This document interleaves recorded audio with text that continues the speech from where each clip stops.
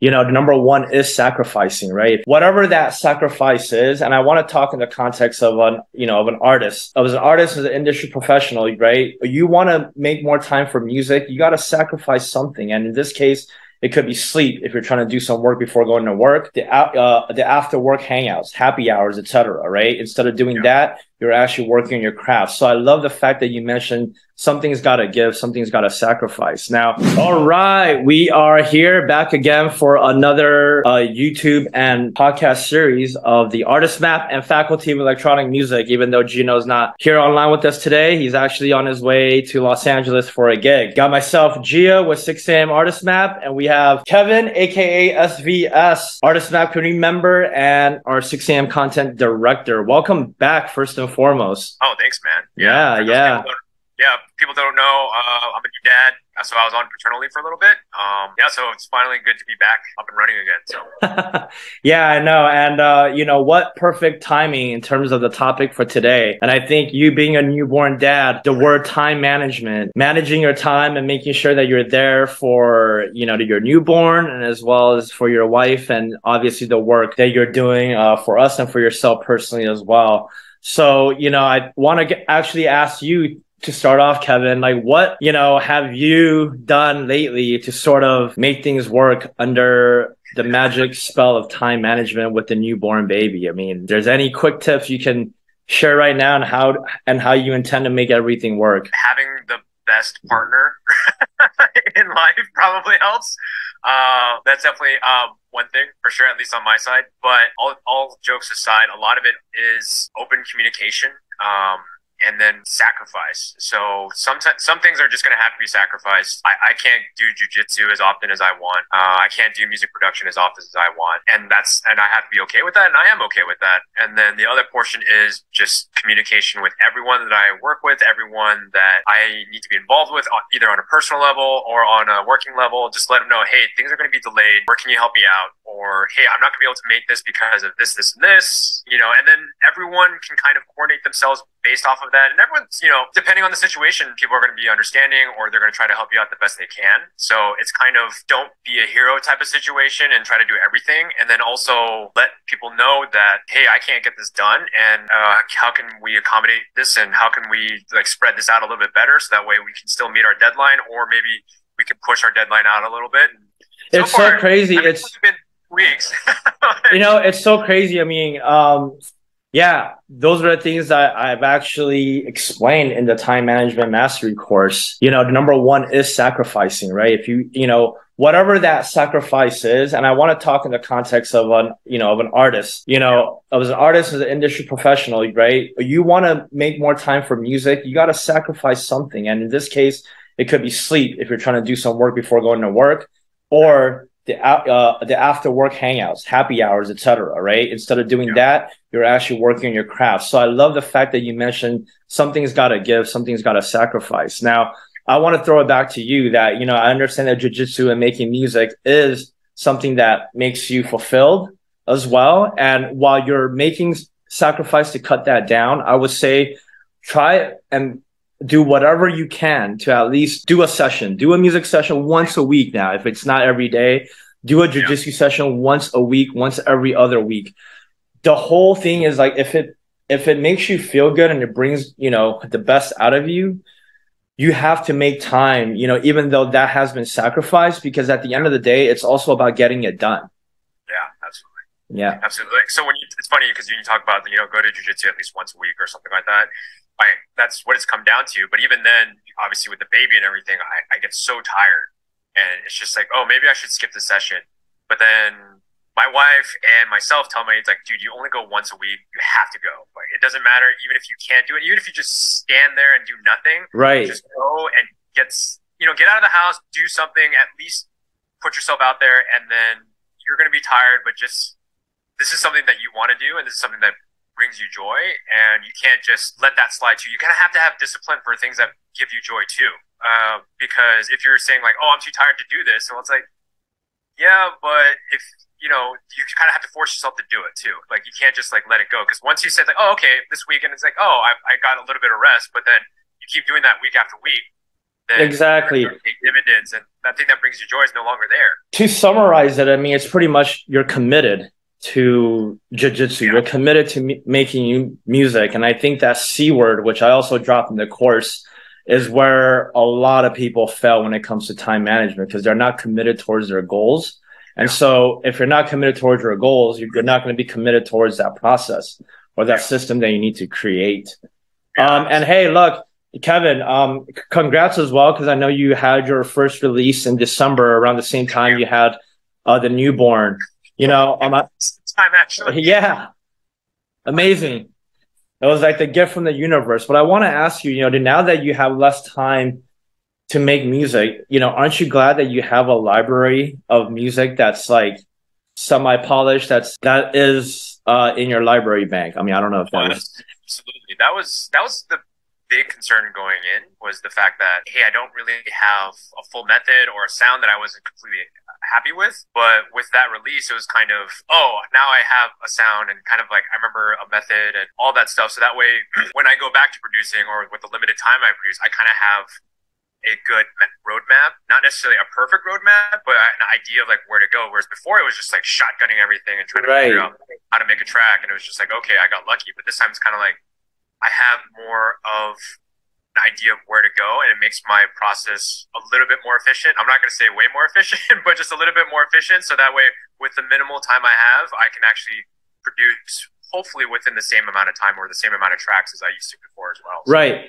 It's cutting. I mean, look, it's also understanding if you're more efficient and you prepare these processes and systems, when you do jump back in with the limited time you have, you're able to produce more. Now, for those of you watching, right, in phase one, I mentioned it's important that you build a library of either finished tracks or tracks that you feel like are 90% complete, that you can go back, tweak it around, and it's good to go, because life happens fast, right? And obviously in this case, it's a newborn, but in other cases, it could be other life emergencies that happen that will take focus and time away.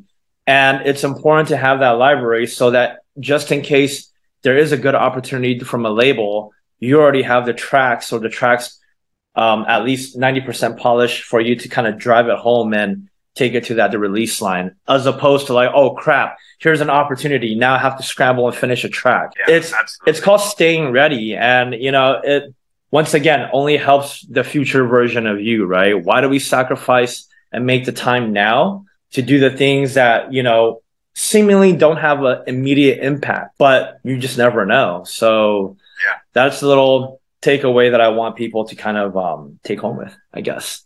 Yeah. I mean, absolutely. To go off of that, I mean, if this is something that someone's really passionate about, like, you should just be baking and creating all the time. I mean, and it should be a joy. And it shouldn't be one of those, oh, this is such a drag and blah, blah, blah. At times, of course, it will be like that, but it's kind of like a given that, like, oh, I'll have, like, even though they're not great, I'll have something in the bank, like, ready to go. And if I have to polish it up, of course, but it won't just be, I have nothing. Right, for sure.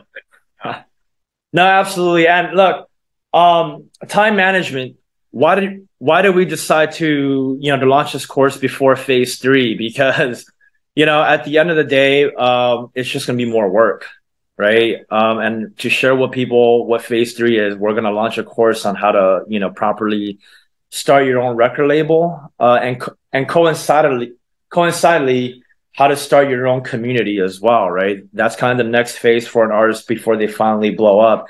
And before we actually get artists to, hey, now that you know how to make music, you know how to promote yourself, you're getting gigs, why don't you start a label and build your own community? And that is where I think a lot of artists are going to feel overwhelmed.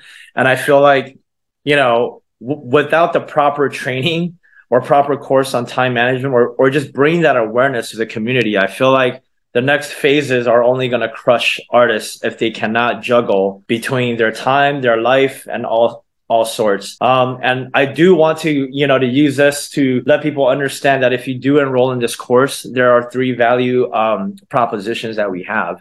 Number 1 is that, you know, I don't care how busy you think you are. If you follow the steps, you will make more time to go do that thing that you need to do, whether it's personal shit, excuse my language, or professional, right? And in this case, more time for your music and industry crafts. Number two, it kind of just suffocates all excuses. Once you realize that you know, are able to make the time, you'll realize that a lot of your, oh man, I don't have enough time in a day. It's just not true. And number three, I do believe that once you create more time, suffocate your excuse, whatever goal or project that you have in front of you, you will be able to accomplish this. And this has been true for me personally and for 6 a.m. This entire thing was built because we put in the work during the time and was able to manage it. And yeah, Kevin, is there anything you want to share in terms of how important time management really is for artists, and especially now for you being a new dad and still trying to, you know, put in the grind and pursue your journey? Yeah, I think you mentioned this in Artist Map, where there's, you know, the artist journey is a multifaceted portion, and it's not just one thing that you need to work at. There's like a bunch of different things. So as far as, you know, being an artist or anything that you do, you don't necessarily have to do this one thing in order to progress. You can do a bunch of different things and figure out something that fits with your schedule or fits with what you have available for you at that time. Because I mean, obviously in Arts Map, you talk about you can work on your social media, you can work on your obviously music production, you can learn, you know, you can learn different music production skills. All that's different. There's all these different things that you need to learn about. So the way I've kind of gone about it is because, you know, obviously I love techno. I make peak time, high energy techno. Hard to do that with a baby. So what I've done instead is, you know, I was ahead, hey, you know what? I need to go practice piano again. I need to go back and learn piano. So right now what I'm doing is I'm actually going over, like, first I'm doing, you know, children's lullabies. And then I'm also learning pop songs, like really like smooth pop songs that kind of help, you know, set a nice tone and it's the kind of gentle and all that stuff. You know, I'm developing my music skills again. And that's amazing. Yeah. So I don't necessarily have to do, you know, like constant techno all the time to help myself as an artist. Plus, I'm also looking into different, you know, how to create, like, you know, more visuals and all this other stuff, which doesn't make a lot of noise. And it's something like I can hold my baby and I'm like researching. Right. And that's important for your content, for your self-promotion and social media, which you are pretty good at as well. For those of you, you know, who haven't followed SVS Techno, yeah, he's got some cool music, and I do like the content angle, and that's really a good hack. You know, this entire course of Artist Map, you know, we focus on house and techno artists, but at the end of the day, it's about improving your skills musically, because I think that is the foundation, right? And making house and techno. I mean, house and techno is a music genre. So I think for you to even pull out a little bit, saying, you know what, let me work on this piano, even though playing this lullaby has nothing to do with house and techno, but it's still sharpening your skills, because look, once you translate the piano skills into a synthesizer, into a MIDI keyboard, I mean, it's kind of the same thing. And now you're just able to tweak the sounds for it. And I think that is a great way for any of you who have a baby and are still trying to improve musically, that can't play, you know, hard, grungy techno out loud. You know, I think that's a great tip that you just gave, Kevin. Yeah. And then it's, you know, and once again, I know for a fact in Artist Map, you talk about people have different goals as far as being an artist.